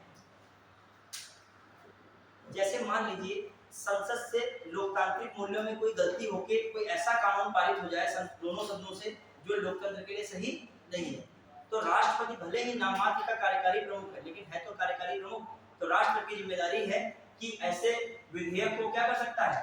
एब्सोल्यूट वीटो का इस्तेमाल करके अस्वीकार कर सकता है। समझ पाए? इस तरीके की कोई बात कहानी टाइप में सेंटेंस में तो आप समझ सकते हो। दूसरा थोड़ा और वे में समझिए हम लोग। जैसे मान लीजिए कि कोई सरकार है, उसने कोई विधेयक पारित किया, समझना हो थोड़ा सा, और विधेयक पारित हो गया दोनों सदनों से। अब पारित होने के बाद राष्ट्रपति से जब सहमति ली, उससे पहले सरकार गिर गई। क्या हो गई? सरकार गिर गई। अब नई सरकार आई, नई सरकार क्या वो विधेयक पारित होना स्वीकार कराएगी? तो ऐसी स्थिति में वो विधेयक जाएगा किसके पास? स्वीकार होना राष्ट्रपति के पास। तो राष्ट्र सरकार की सुनहरी वर्तमान होगी, उसको क्या कर सकता है? अस्वीकार कर सकता है। या नई लोकसभा बन गई, नई लोकसभा का जनमत पुराना कोई पड़ा था विधेयक जो दोनों सदनों से पारित हो गया था, उसको भी राष्ट्रपति क्या कर सकता है, अस्वीकार कर सकता है। राष्ट्रपति ज्यादातर उसी अनुरूप कार्य करता है जो सरकार चाहती है, ताकि इसको बनाने में किसका योगदान है, सरकार जिसका योगदान होता है उसी के अनुसार वो कार्य भी करता है। ठीक है, चलिए तो बात हो गई क्लियर भी नहीं। अब आ जाइए सस्पेंसिव वीटो क्या है, सस्पेंसिव वीटो निलंबनकारी। इसमें क्या है, कोई मामला है उसमें पुनर्विचार के लिए क्या किया जाएगा, एक बार वापस भेजा जाएगा और फिर से पारित करा लिया गया, फिर यदि राष्ट्रपति के पास है तो उसे क्या करना पड़ेगा, स्वीकार करना पड़ेगा। तो ये भी बात क्या हो गई, सही है। अब जेबी वीटो, जेबी वीटो में कोई निष्कर्ष नहीं निकल रहा है, पेंडिंग ही चला गया है। ठीक है, डाक अधिनियम था, डाक अधिनियम कब आया था, 1986। इसके समय ज्ञानी जैल सिंह ने इसमें जो है इसका प्रयोग किया था, ज्ञानी जैल सिंह ने इस मामले में किसका प्रयोग किया था, अधिनियम का जो विधेयक हो, अधिनियम तो बनता है क्या होता है, पारित होता है डाकघर विधेयक 1986। यहाँ पर एब्सोल्यूट वीटो का इस्तेमाल खासकर पेप्सू में हुआ था। कौन, पेप्सू, ईस्ट पंजाब पटियाला यूनियन का केस ऐसा था, स्टेट पेप्सू संबंध में हुआ था। तो उस समय कौन प्रेसिडेंट थे, ये 1954 में आया था। कौन, 1954 में, और उस समय जो प्रेसिडेंट थे डॉक्टर राजेंद्र प्रसाद, उन्होंने किसका यूज किया था, एब्सोल्यूट वीटो का, डॉक्टर राजेंद्र प्रसाद। देखिए टीचर और स्टूडेंट में डिफरेंस क्या है, जब दो स्टूडेंट होते हैं तो एक स्टूडेंट आता है तो दूसरा स्टूडेंट का स्टूडेंट में थोड़ा सा वो आ जाता है, प्रतिस्पर्धा। प्रतिस्पर्धा क्या होता है, कहो या ना कोई सच्चाई होती है, कुछ मनोवैज्ञानिक सच्चाई होती है। भले महान आप बनो, ये बात अंदर से होती है, जो आपका फर्स्ट आता है आप सेकंड आते तो आपको अच्छा ज्यादा नहीं लगता है। ठीक है, बधाई वगैरह नहीं आते हैं, ये आपकी अंतरात्मा से भी पूछ ले तो आप बताओगे काश हम भी 2 क्वेश्चन ज्यादा कर सकते थे, वो पता नहीं अंतिम उनसे सही हो गया, ये बता सकते हैं। ठीक है, उनके पीछे बताओगे, सामने नहीं बताओगे। अब आइए देखिए टीचर में क्या है, ये टीचर से आप पहले बता देते हो, टीचर को खुशी होती है क्योंकि टीचर को ये लगता है कि ये जो है कुछ बता नहीं पा रहे थे, अब ये क्या कर रहे हैं, बढ़िया बता रहे हैं। इसका मतलब वो अपनी मेहनत को सोच रहा है कि हाँ हमने इनका कुछ बेस क्या कर दिया है। अब स्टूडेंट भले खुश हो कि हम जो है, लेकिन हमको एक अलग सी खुशी हो रही, क्यों, क्योंकि हमें लग रहा है कि शुरू राष्ट्रपति तक नहीं क्लियर था, अब इसे आपको क्वेश्चन सेंटेंस बना के देते हैं और मान लीजिए ट्रैक से आंसर आ जाए 10 सेकंड, शायद हमको 20 सेकंड लगे सोचने में, तुमको 10 सेकंड लग रहे हैं, तो हम कहें तुम्हारी बुद्धि शायद हमसे भी इस जगह पे क्या हो रही है, बढ़िया हो रही, तो और खुशी की बात है। चलिए आगे बढ़ते हैं। अब देखो एक स्टूडेंट का प्रीलिम्स निकला यूपीएससी के लिए, कितना बताइए वो सब लगाया गया, फोटो वगैरह लगी। अब जो 4-5 लोगों का प्रीलिम्स निकलेगा तो एक मेंस की क्लास डालनी पड़ सकती है, समझ रहे हो। अब कितना अच्छा लगेगा यदि आप मेंस की लड़ाई करो। मेंस का मतलब इसके बाद इंटरव्यू, इसके बाद सीधे ज्वाइनिंग है, और ज्वाइनिंग का मतलब कोई विभाग का अध्यक्ष बनोगे। ठीक है, ये बात कहने चल गई। अब आओ क्या होगा, ये आपका पूरा कंप्लीट हो गया, ये लगभग हमने क्या करा दिया। अब आइए ऊपर डालिए, फटाफट डालिए उपराष्ट्रपति।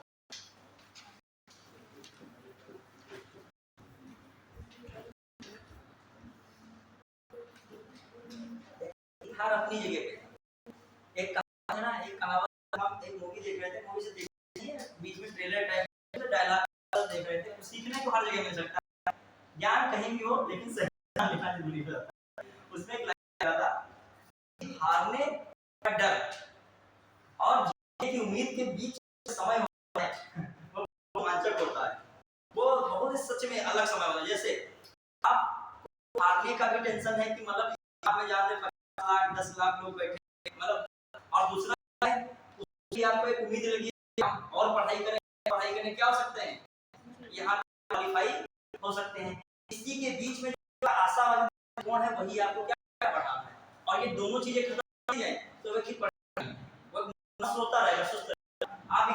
आप पे टेंशन एक अंदर से होगी, क्या हो सकते हो, क्वालीफाई हो सकते हो। अंदर टेंशन जब 2 घंटा 6 घंटा पढ़ लोगे फिर आशा कि हम एग्जाम कर सकते हैं, क्वालीफाई कर सकते हैं, टाइम पीरियड रहता है। आइए आपको उपराष्ट्रपति जो देखिए राष्ट्रपति क्या है, बिल्कुल बेसिक आर्टिकल 5-6 आर्टिकल को राष्ट्रपति सदैव तैयार है। जैसे मैं पूछना चाहता हूं बच्चों से, एक ज्यादा हस्ते संपर्क में लिखता है तो अच्छा सा क्वेश्चन पूछता है, ठीक है। चलिए गए कुछ लोग, देखो टीचर हंसी, टीचर देख रहा है कौन सा लड़का इसमें हाईलाइट हो रहा है, ठीक है। अब कुछ भी माने कोई बात बना के आया तो उसकी आ जाएगा, ठीक है। अब मैं पूछ रहा हूँ कि राष्ट्रपति का निर्वाचन किस आर्टिकल में है? ये किसी एग्जाम में आया था पीसीएस के। उपराष्ट्रपति का निर्वाचन किस आर्टिकल में है? डायरेक्ट आर्टिकल पूछ रहा हूँ। अच्छा, वेरी गुड। 66 कौन बता रहा है? 66 ठीक है। कुछ ना कुछ आंसर आने लगेंगे हमें। सारी क्लास पढ़ाने दो, आधी से ज्यादा क्लास तुम लोग आंसर खुद करने लगोगे और रिवीजन करेंगे तो थोड़ा हंगामा होगा। वो उधर इधर से वो, ठीक है। हां, राष्ट्रपति का कार्यकाल किस में है? उपराष्ट्रपति का कार्यकाल। उपराष्ट्रपति का कार्यकाल 67 इसमें 67 उपराष्ट्रपति पर किस आर्टिकल में ये तय दिलाई जाती है? आप बोलिए करनी 69 69 उपराष्ट्रपति कार्यवाहक राष्ट्रपति के रूप में किस आर्टिकल के तहत कार्य है? तो फेमस आर्टिकल है 65। किस आर्टिकल में? 65। उपराष्ट्रपति कार्यवाहक राष्ट्रपति के रूप में कार्य करता है, कौन आर्टिकल बताता है? 65। अब एक और इंपॉर्टेंट आर्टिकल, उपराष्ट्रपति राज्यसभा का पदेन सदस्य होता है, एक्स ऑफिशियो मेंबर है। ये किस आर्टिकल में? 64। और भारत का उपराष्ट्रपति ये किस आर्टिकल में है? 63। अब उपराष्ट्रपति का देखते हैं कि कहां से लिया गया, स्रोत कहां से इसका? किस देश के लिए राष्ट्रपति का? Vice president of India. कहां से लिया गया? कठिन नहीं पता नहीं। हाँ, फिर आइए दूसरी बात है, ये क्या राज्य का सदस्य होता है? राज्य का सदस्य होता है? मैं कुछ कह रहा हूँ। आर्टिकल 63 के तहत भारत का राष्ट्रपति होगा जो कि राज्यसभा का सदस्य होता है। फिर अगला, उपराष्ट्रपति राज्यसभा का पदेन सभापति होता है। केवल एक सही है, केवल दो सही है, एक और दोनों सही है। मैंने कहा उपराष्ट्रपति का पद आर्टिकल 63 के तहत भारत का एक उपराष्ट्रपति होगा, यह राज्यसभा का सदस्य होता है। फिर अगला सेंटेंस, उपराष्ट्रपति भारत का पदेन सभापति, उपराष्ट्रपति राज्यसभा का पदेन सभापति होता है। केवल दो सही है, और दोनों सही ना दोस्तों जान।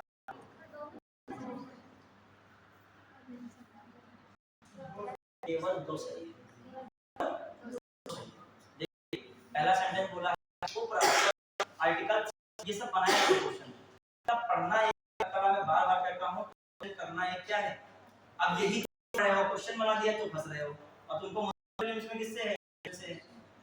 अब देखिए, उपराष्ट्रपति 63 के उपराष्ट्रपति का पद सही यहां तक भारत का उपराष्ट्रपति। अगला जो सेंटेंस बोला है, उपराष्ट्रपति जो राज्यसभा का सदस्य नहीं होता है, ठीक है। अगली जो बात बताई है, ये जब नहीं होता तो क्या होता है? ये राज्यसभा का पदेन सभापति के रूप में कार्य करता है। अगला एक स्टेटमेंट वो सही है। पहला वाला क्या है? सीधा सीधा मतलब राज्यसभा का सदस्य नहीं होता, बस दिमाग इसमें नहीं लगाना। बढ़िया। अब अगला सेंटेंस पूछना, उपराष्ट्रपति राज्यसभा का पदेन सदस्य होता है। उपराष्ट्रपति राज्यसभा में दान कर सकता है, सामान्य दान कर सकता है।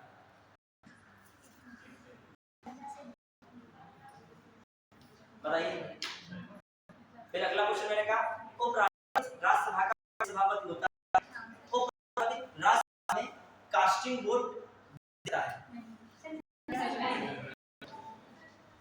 बताइए में क्या सही होगा, दूसरे में सही होगा। पहले में कायदे से मैंने कहा उपराष्ट्रपति राज्यसभा का पदेन सभापति होता है, पहला सेंटेंस। दूसरा सेंटेंस मैंने कहा उपराष्ट्रपति राज्यसभा में सामान्य मतदान नहीं कर सकता, ये लिखा है। अब बताइए, दोनों सही। चलिए, दोनों सही है, विचार एक लेंगे, गलत बता दोगे ना फिर, ठीक है। फिर आइए, दोनों हो भी सकते हैं, हंसी ना जाइएगा, ठीक है। हाँ, हंसी नहीं, वो व्यक्ति कभी भी आती है, कोई आप डांट रहा हो, कोई हंसी आ रही है, ये भी हो सकता है। बहुत विपरीत परिस्थिति होती है, जब वो डांट रहा है, मान लो वो थोड़ा अधिकारी है, वो टीचर डांट रहा है, तो आपकी हंसी संभाली नहीं जा रही है, ठीक है। चलिए हाँ तो ये दुर्लभ होती है क्योंकि देखते हैं तो बहुत डांटेगा सबको छोड़ देगा क्या आगे किसको कर देगा। हाँ अब आइए दूसरा में उपराष्ट्रपति राज्यसभा प्रदेश सभापति है पहली बात। फिर मैंने कहा उपराष्ट्रपति राज्यसभा कास्टिंग वोट दे सकता है।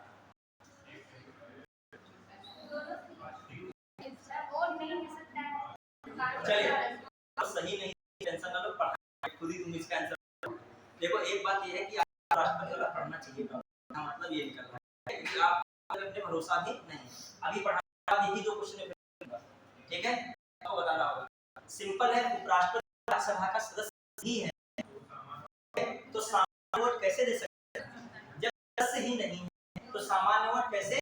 मैंने अभी आप यहाँ पे वोट दे सकते हो टीचर के मूल्यांकन में यहाँ के स्टूडेंट हो नॉमिनेट कागज जमा है सब है 50 लोगों की फौज ला के यहाँ कराई जाए तो वो क्या मानते हैं कि वो सभा के सदस्य स्टूडेंट नहीं है। समझ पाए बात। तो कॉमन सी बात जब वो राज्यसभा का सदस्य नहीं तो सामान्य मतदान नहीं कर सकता है। अब अगली बात जब राष्ट्रपति उपराष्ट्रपति सभा का क्या है पदेन सभा मतलब हेड है राज्यसभा का क्या है हेड हाँ मतदान कर सकता है लेकिन तुम लोग बराबर बराबर मतदान फंस गए 50 से 50। ऐसी स्थिति में उपराष्ट्रपति क्या करेगा तो कहेगा एक तरफ वोट दे देंगे और भरे हो जाए ठीक है। तो एक तरफ का मान लीजिए इधर पहुंचेगा जिसकी सरकार होगी दे देगा क्लियर। अब इधर वाले स्टूडेंट कह सभी शायद हमको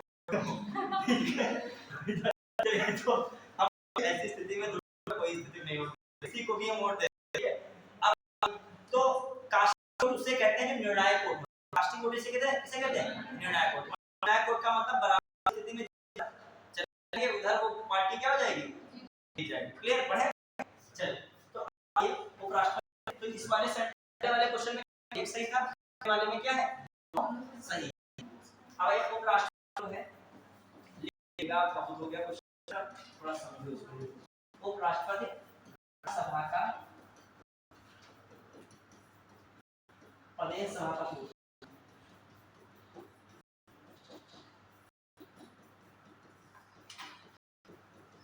राष्ट्रपति होता है राज्यसभा का कैसा बात है ये कौन सा आर्टिकल जो है आर्टिकल 64 है आर्टिकल 60 ठीक है। और ये जो है उपराष्ट्रपति उपराष्ट्रपति ये कौन आर्टिकल क्या है आर्टिकल कौन कह रहा है 3 ठीक है। फिर आ जाइए उपराष्ट्रपति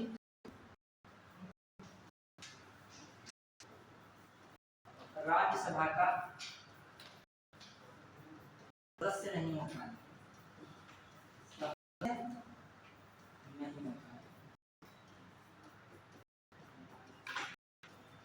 राज्यसभा का होता है क्लियर बढ़े। फिर राष्ट्रपति राष्ट्रपति उपराष्ट्रपति उपराष्ट्रपति कार्यवाहक राष्ट्रपति के रूप में क्या करता है कार्यवाहक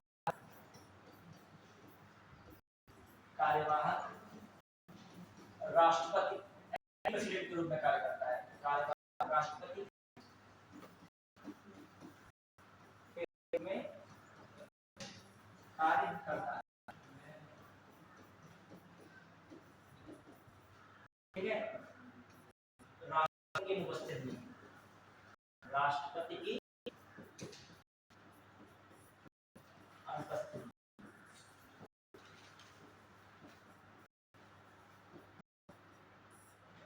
ठीक है की अनुपस्थिति किसके रूप में कार्य करता है कार्यवाहक के रूप में कार्य करता है। अब जब राष्ट्रपति कार्य करेगा तो जो भी राष्ट्रपति को वेतन भत्ता और विशेषाधिकार मिलते हैं किसको मिलेंगे समझ पाए काम कर रहा है तो वैसे मिलेगा सब कुछ इनको।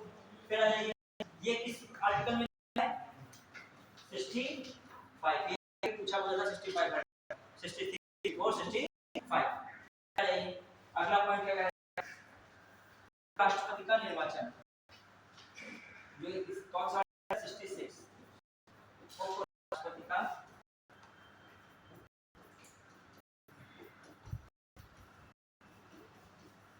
उपराष्ट्रपति का निर्वाचन किसमें है? 6 में। फिर उपराष्ट्रपति का कार्यकाल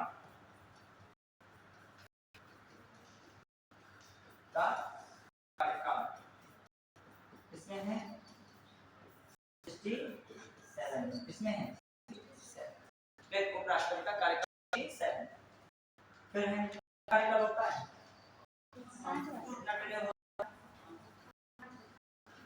5 ईयर।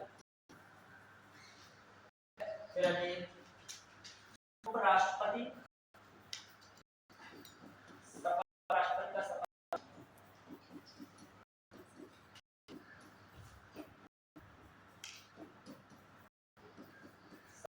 किस आर्टिकल में है? 69। ठीक है। अब उपराष्ट्रपति संबंधित विशेष बातें हैं देखिएगा, जैसे ध्यान दीजिएगा आर्टिकल, जैसे हमने 66 में उपराष्ट्रपति क्या है? निर्वाचन। तो निर्वाचन में दिमाग रखिएगा, इसके निर्वाचन मंडल में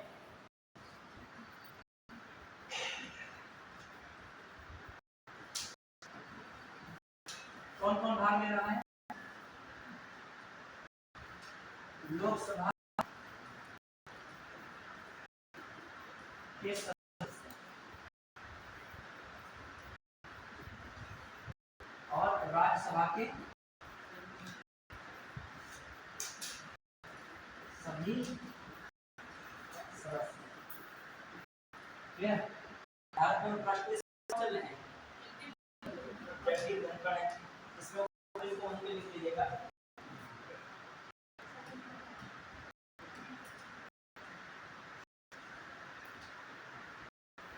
कौन से नंबर की? कौन से नंबर की? उपराष्ट्रपति किस नंबर के? 14वें नंबर। किस नंबर है? 14 याद रखिएगा। 14वें नंबर के राष्ट्रपति है ये कौन? जगदीप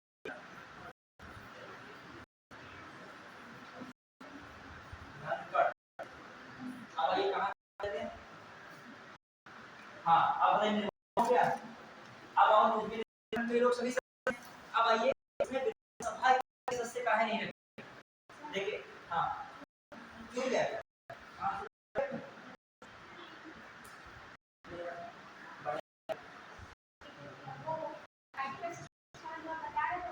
उपराष्ट्रपति का निर्वाचन उसको एक्सप्लेन कर रहे हैं यहाँ पर। इसके मंडल में कौन? सभा के सदस्य, राज्यसभा के सदस्य।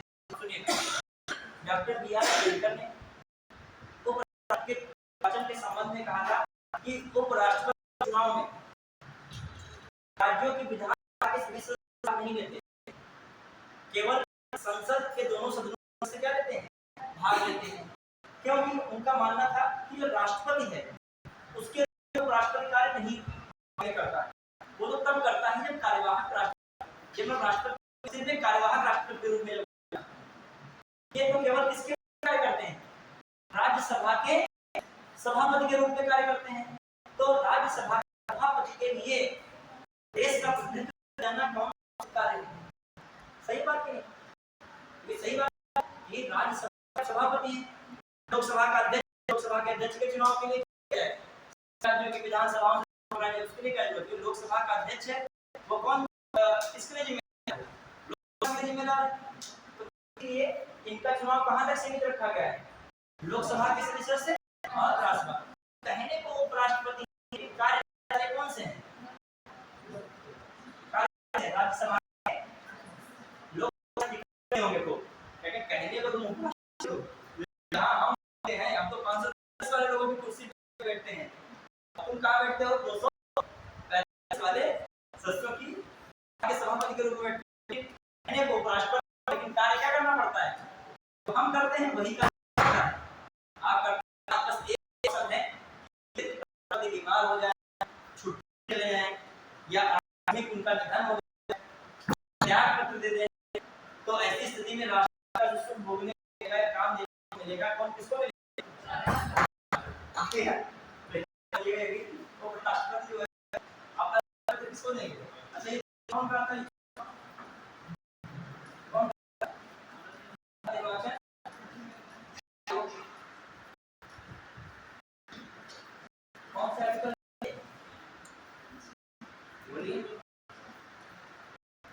34 24। अब बताइए कौन से का निर्वाचन है? कौन से?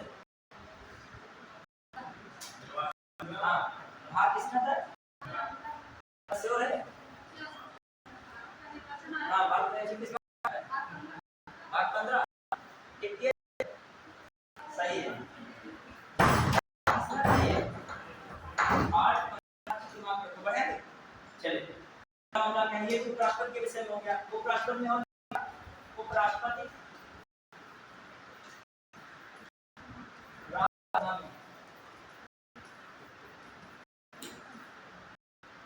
राज्यसभा के आगे संसद किस सदन में? संसद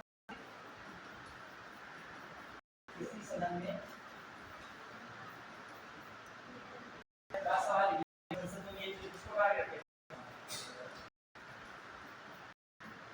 किसी सदन में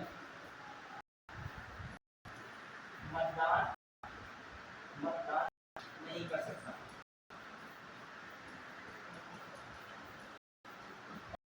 सामान्य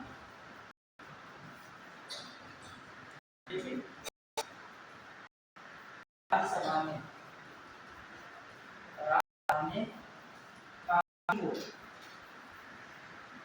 राष्ट्रीय वोट या निर्णायक मत दे सकता है। निर्णायक मत क्या दे सकता है? निर्णायक दे सकता है, पर नहीं मत बढ़िया। सामान्य मतदान नहीं कर सकता है, कौन सा मतदान करता है? निर्णायक वाला मतदान। अब थोड़ा सा और देखिएगा राष्ट्र संबंध में देखिए, क्योंकि बाकी है देखो प्रधानमंत्री के हमने बहुत सी चीजें राष्ट्र के कार्यकाल की बताई, वो सब किसमें फॉलो हो जाएंगे? प्रधानमंत्री।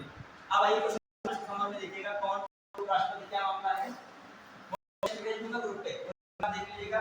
उपराष्ट्रपति के नाम की देखिए एक बार, कभी-कभी आता है कौन उपराष्ट्रपति राष्ट्रपति या इनमें से कौन उपराष्ट्रपति नहीं है, इस तरीके वो वही कर पाएगा जो लिस्ट को क्या किया होगा, एक बार कम से कम देखा होगा। और कार्यकाल का कभी नेक्स्ट कॉलम आ जाता है कि इधर उपराष्ट्रपति के इधर पे क्या लिखा होगा। जैसे एक बार आप आपको सामने गुजरा होगा तो वहां बना, ठीक है। फिर आइए अच्छा हम लोग सामने आ जाए ये राष्ट्रपति कार्यकाल तो क्या है, तो जैसे ही ऑप्शन मिले नेक्स्ट कॉलम में क्या कर देंगे सेट कर देंगे। इसीलिए हम आपको कुछ भी क्वेश्चन आ सकता है वहां मतलब कॉन्सेप्ट बेस का है नहीं वाला कुछ फैक्चुअल नहीं आ रहा है। अब आइए उपराष्ट्रपति के विषय में कुछ और हटाने के विषय में क्या है? हटाने की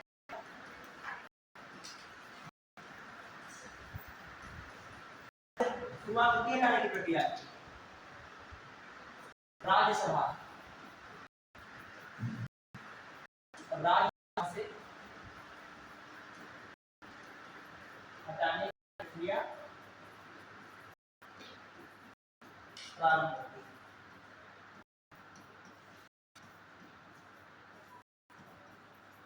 है। राष्ट्रपति प्रारंभ होती है। अब उपराष्ट्रपति जो योग्यता में देखते हैं, योग्यता देखिए राष्ट्रपति और उपराष्ट्रपति सभी योग्यताएं सेम है, बस दो को छोड़ एक खासकर होगा। देखिए जो शॉर्ट में लिखूंगा, जैसे भारत का नागरिक का नागरिक, फिर आयु कीजिए आयु 35 वर्ष, ये भी से लाभ पर ना हो, मैंने सरकार लाभ के पद पर लाभ के पद पर ना हो। फिर और क्या बताना है, लाभ के पद पर भी ना हो चीजें। और हमने क्या बताया, चौथे में क्या बताया था, वहां पर मैंने कहा लोकसभा का सदस्य निर्वाचित होने की क्या रखता योग्यता, लोकसभा सदस्य निर्वाचित होने की योग्यता। यहाँ पर क्या होना चाहिए, राज्यसभा के सदस्य निर्वाचित की योग्यता सभा का सदस्य निर्वाचित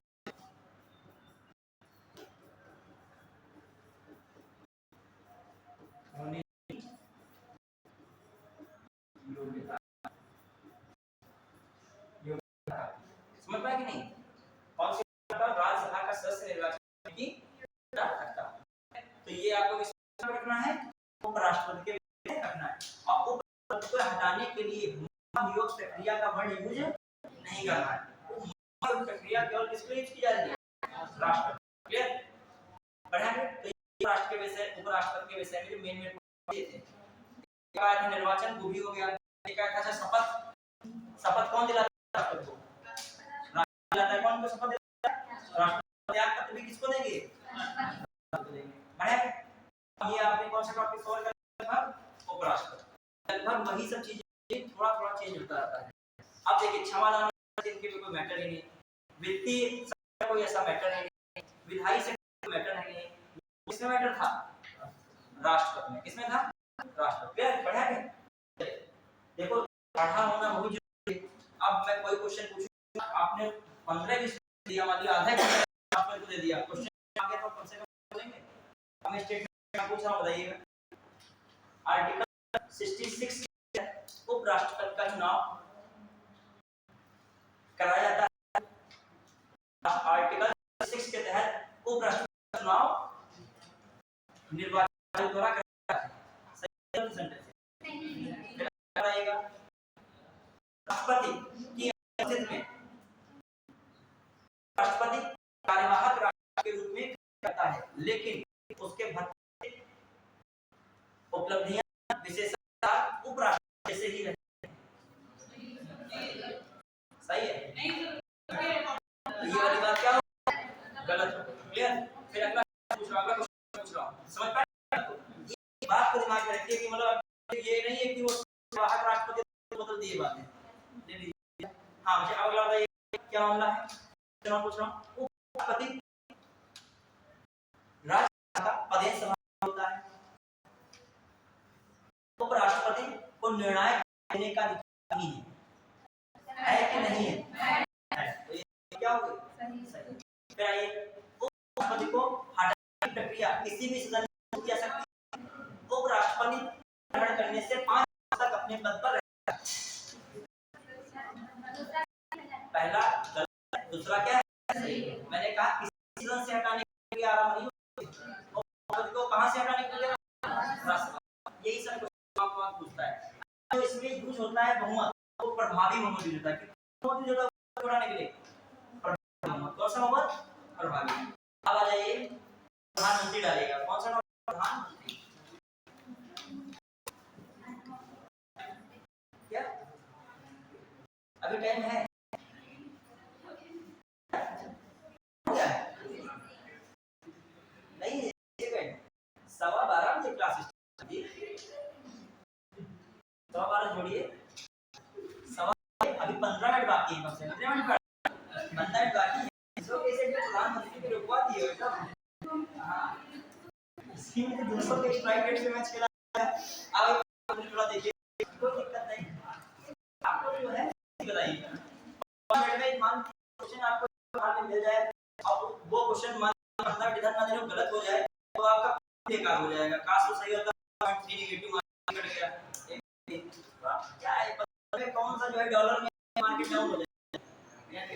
ठीक है, चलिए आगे देखते हैं। प्रधानमंत्री देखते हैं। बस मंत्री और इनकी क्या है? मंत्रिपरिषद।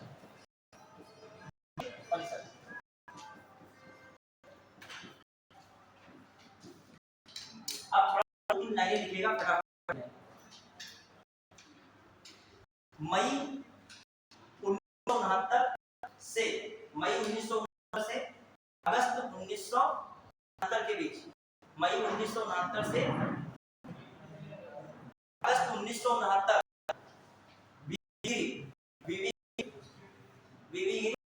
उपराष्ट्रपति कार्यवाहक राष्ट्रपति के रूप में कार्य किए। किसके रूप में? मई मई 1969 से, ठीक है, से कौन है? अगस्त जुलाई लिखेगा, जुलाई 1969 तक, ठीक है। जुलाई मई से जुलाई 1969 तक बीवी की, ठीक है। किसके रूप में? कार्यवाहक राष्ट्रपति के रूप में। क्लियर? हम देखे 3 मई से 19 से, फिर आइए 20 जुलाई से कार्यवाहक राष्ट्रपति बोल तो रहा, राष्ट्रपति क्या बोला, कार्यवाहक राष्ट्रपति किसके रूप में कार्य किए, कार्यवाहक मंत्री नहीं, वो लिखा था हमें भी थोड़ा सा बता लिखे, कार्यवाहक राष्ट्रपति के रूप में। फिर 20 जुलाई लिखने में दिक्कत करो तो हमको सोचना पड़ रहा है, डेट तक लिखने में भी दिक्कत हुआ है। फिर आइए अगस्त 1969 तक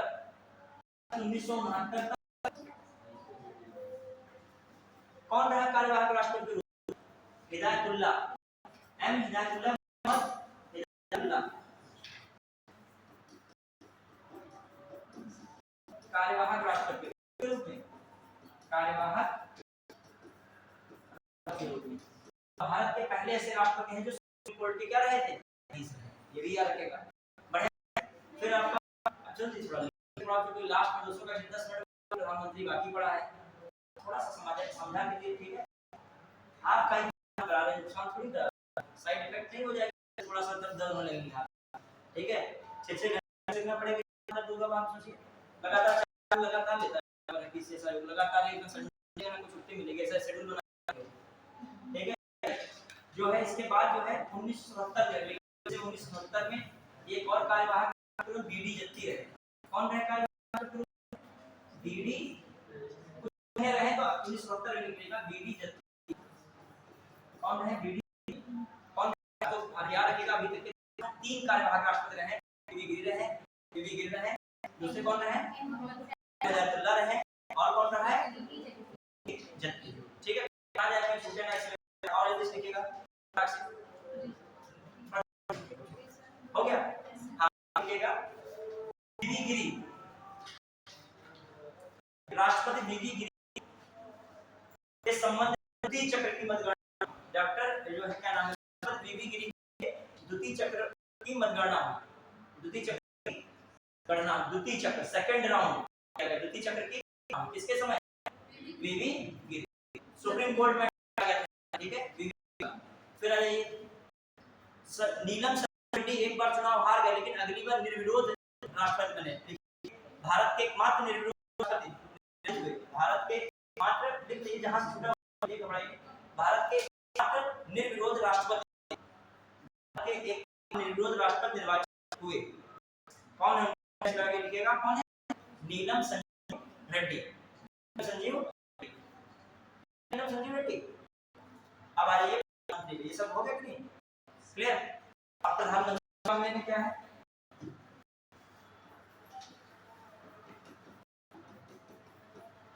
क्या होता है, सरकार का प्रमुख है, प्रधानमंत्री क्या होते हैं, सरकार का प्रमुख। अब जो है संसदीय प्रणाली में, संसदीय शासन प्रणाली में, संसदीय शासन प्रणाली में, हाँ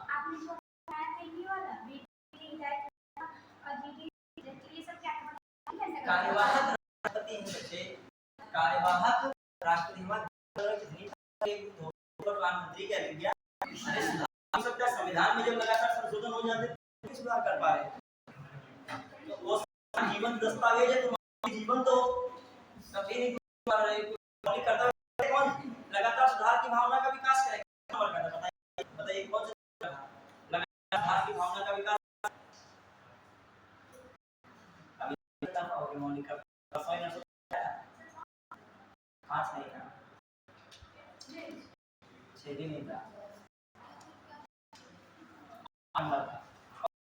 इसमें कहा था दृष्टिकोण विकास भावना का क्या, विकास जो है सुधार की भावना, सुधार का विकास, सुधार की भावना रखें। हमारे क्वेश्चन नंबर है, आगे चलिए कोई प्रयास आइए देखिए, जो है संसदीय प्रणाली में सबसे प्रमुख कौन होता है, प्रमुख पद पीएम है, कौन है के पास पावर, और पीएम जो होता है तो जल्दी लिख लेगा मंत्रिपरिषद का क्या होता है, मंत्रिपरिषद का होता है, ठीक है। मंत्रिपरिषद में कौन कौन से मंत्री होते हैं, एक होता है कैबिनेट मंत्री, कौन होता है, कैबिनेट मंत्री, कौन होता है, राज्य मंत्री, सहायता कौन करता है, राज्य मंत्री, और एक स्वतंत्र प्रभार मंत्री। कौन था स्वतंत्र प्रभार मंत्री? मंत्री वगैरह देख लीजिए करंट अफेयर में, कोई मंत्री वो देख लेगा। मैं पूछ रहा हूँ महिला कल्याण मंत्री किस महिला को मिला है? अन्ना देवी को। 15 मिनट है, 2 बजे तक कहाँ है पढ़ाएंगे हम 2 बजे, ठीक है? पौने 2 बजे तक पढ़ाएंगे। 15 मिनट 3 मिनट हाँ 3 मिनट बचे, चलिए 4 मिनट हो जाएंगे बस। डेमो है अभी बस, तो 1 मिनट में कोई दिक्कत नहीं, ठीक है हम बात कर लेंगे। हाँ देखिए क्या है, ध्यान दीजिए। मंत्रिपरिषद का प्रमुख है कैबिनेट राज्य मंत्री प्रधानमंत्री। किससे संबंधित है मामला? पीएम संबंधित है, कैबिनेट मंत्री संबंधित है, उसको कौन करता है? राज्य मंत्री और वो स्वतंत्र प्रधानमंत्री। जैसे कि मेन मंत्रालय में पेज भेज सारे मंत्री वाला, तो आप कुछ तरीके से देखेगा, पूछ लेगा क्वेश्चन बना के, एक दे देगा पॉलिटी से चीज और एक पूछ लेगा ना, जैसे पूछ लिया सूचना एवं प्रसारण तथा इलेक्ट्रॉनिक व प्रौद्योगिकी मंत्री, और कल देगा धर्मेंद्र प्रधान दे दिया। होना कौन चाहिए? कौन बने हैं? प्रसारण इलेक्ट्रॉनिक और प्रौद्योगिकी मंत्रालय किसके हाथ में है? सामाजिक अधिकार मंत्रालय किसके हाथ में है? और जो इलेक्ट्रॉनिक और प्रौद्योगिकी मंत्रालय सूचना प्रसारण सुनी वैष्णव किसके हाथ में है? वैष्णव ने तीन चीज केवल में कौन सा सेक्शन आगे क्या बना दिया? मैं लिस्ट भेज दूं, क्या कर दिया? देखिए कितने मंत्रियां हैं, कितने पूरे मंत्री में कितनी मंत्री? 7 मंत्रियां लेडीज हैं, मतलब टोटल कितनी लेडीज मंत्री हैं? 7 जो है क्या है? लेडीज मंत्री। टोटल है निर्वाचित उसमें कितनी? जल्दी हो रहा है, समझिए भाव को, ज्ञान उसमें मत जाइए, ठीक है? परंपरा कम समय यही लाइन आ जाए तो ये तब किसे निकल जाएगा वहां पे। तो इस समय भावना समझिए, समय भावना तो आप बता रहे थे, दिमाग में रखिए कौन है मंत्री बनी है, फिर बोले फटाक से कितनी महिला कितनी निर्वाचित है? टोटल 45 निर्वाचित है, कितनी महिला इस बार निर्वाचित? ये सब ग्राफ पूछे जाते हैं हर बार एग्जाम में। 74। ये देखो आप लोगों को सब पता है क्योंकि आप एक बार रिवाइज करो, पढ़े होंगे कहीं ना कहीं। आइए अब आइए थोड़ा देखिएगा, अब तो आप टाइम है नहीं इनको, तो हम बता रहे हैं कौन कौन टेबल लिस्ट देखिएगा, मैं भेज लिस्ट तो एक बार तरीका से देख रहे हैं। सबसे पहले 1947 से 1962 कौन देश के? जवाहरलाल नेहरू। 1962 से 1974 कौन रहा? लाल बहादुर शास्त्री रहे, इनकी अकस्मात हो गई। फिर गुलजारी लाल नंदा कार्यवाहक प्रधानमंत्री। फिर उसके बाद कार्यवाहक प्रधानमंत्री 64 से 66 तक था। 64-62 में किसकी हो गई थी? लाल बहादुर शास्त्री। किसमें मृत्यु हुई थी? 62 में मृत्यु हुई थी। 62 में मृत्यु जवाहरलाल नेहरू। और फिर आगे 66 में किसकी मृत्यु हुई थी? लाल शास्त्री की मृत्यु हुई। और फिर 66 से फिर कौन आया? 77 तक, 66-77 इंदिरा गांधी ने, और 77 से 79 तक 2 साल के लिए मोरारजी देसाई है। 80 से 80 में कौन? चौधरी चरण सिंह। कौन है? 79 से 80। और 80 से 80 कौन रहे? इंदिरा गांधी। और 84 से 89 कौन रहा? राजीव गांधी। 89 से 90 कौन रहा? बीपी मंडल कमीशन। और 90 से कौन रहा? चंद्रशेखर। और 91-96 कौन? पीवी नरसिम्हा राव। और 96 कौन रहा? अटल बिहारी वाजपेयी। 96 से 97 एचडी देवगौड़ा। 97 से 98 कौन? आईके गुजराल। 98 से 99 अटल बिहारी वाजपेयी। और 99 से 2004 अटल बिहारी वाजपेयी। और 2004 से 2014 कौन रहा? डॉक्टर मनमोहन सिंह। 14 से 24 तक मोदी की। तो याद रखिएगा ये क्वेश्चन बता रहा हूं कि मैंने क्वेश्चन 2022 से 30 से सही आया था, इसमें से कौन क्या है गलत है, ठीक है? तो आज के लिए हम लोग जो कुछ फैक्ट वाली चीजें